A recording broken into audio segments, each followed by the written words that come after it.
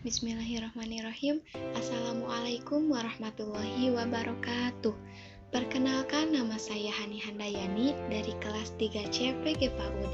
Di sini saya akan menjelaskan tentang jalur belajar mengajar untuk jumlah, hubungan, dan operasi. Nah, dalam jalur belajar mengajar ini dibagi menjadi 4 langkah besar. Pada langkah pertama, untuk anak usia 2-3 tahun. Pada langkah kedua, untuk anak usia kurang lebih 4 tahun. Pada langkah ketiga, untuk anak usia sekitar 5 tahun atau anak TK. Pada langkah keempat, sekitar kelas 1. Di sini saya akan menjelaskan langkah yang pertama, yaitu untuk anak usia 2-3 tahun. Pada usia 2-3 tahun ini, anak-anak mulai mempelajari komponen inti dari angka, yaitu kardinalitas, daftar kata angka, korespondensi satu ke satu, dan simbol angka tertulis.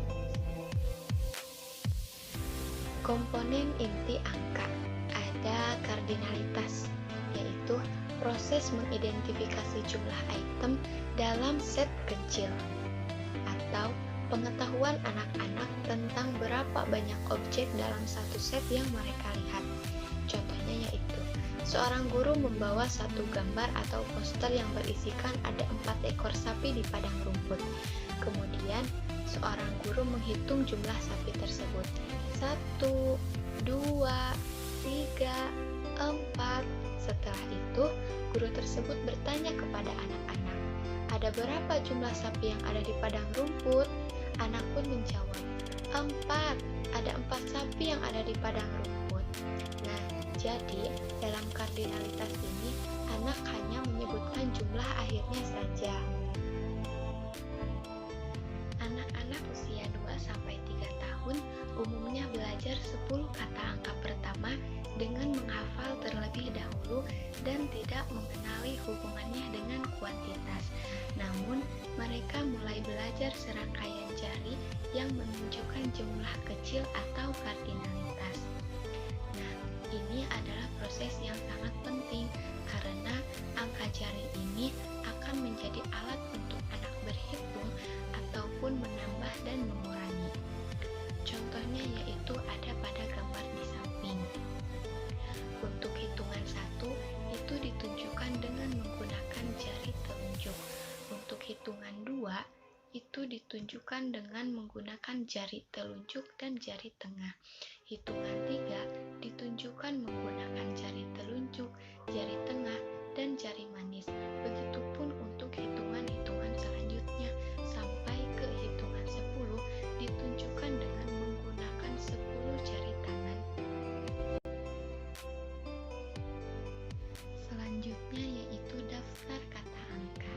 Anak-anak mulai mempelajari daftar kata-kata angka yang telah diurutkan tanpa ada objek untuk dihitung.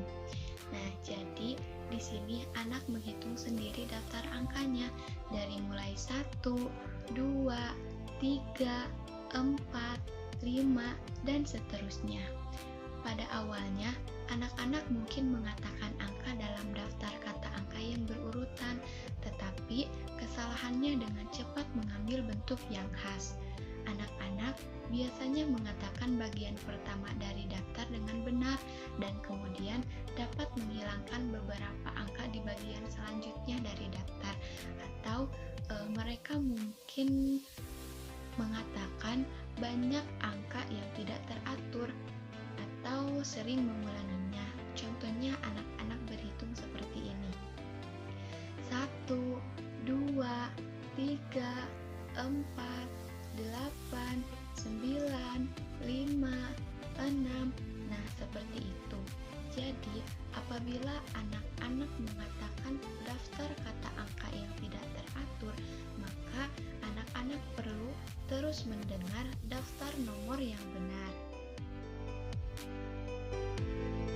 Kemudian, korespondensi 1 ke 1.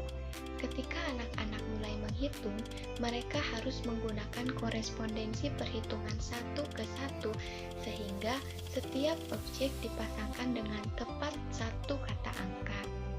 Contohnya yaitu menghitung anak misalkan ada anak kucing yang berjajar, lalu anak-anak disuruh untuk menghitung anak kucing tersebut. Hitung anak kucing ini, dan anak-anak pun mulai menghitung. 1 ke kucing yang pertama sambil ditunjuk, 2 ke kucing yang kedua sambil ditunjuk, 3 ke kucing yang ketiga sambil ditunjuk pula. Selanjutnya, simbol angka tertulis. Anak-anak belajar simbol angka tertulis melalui simbol-simbol di sekelilingnya yang dinamai dengan kata angka. Nah, belajar membaca simbol angka tertulis ini sangat bervariasi dan sangat tergantung pada simbol tertulis di lingkungan anak. Dan seberapa sering ini ditunjukkan dan dibaca dengan angka kata sehingga mereka dapat mempelajari pasangan simbol kata. Contohnya bisa dilihat pada gambar di samping. Simbol angka 1 menunjukkan itu adalah angka 1. Simbol angka 2 menunjukkan itu adalah angka 2. Simbol angka 3 menunjukkan itu adalah angka 3. Simbol angka 4 menunjukkan bahwa itu adalah angka 4 dan seterusnya.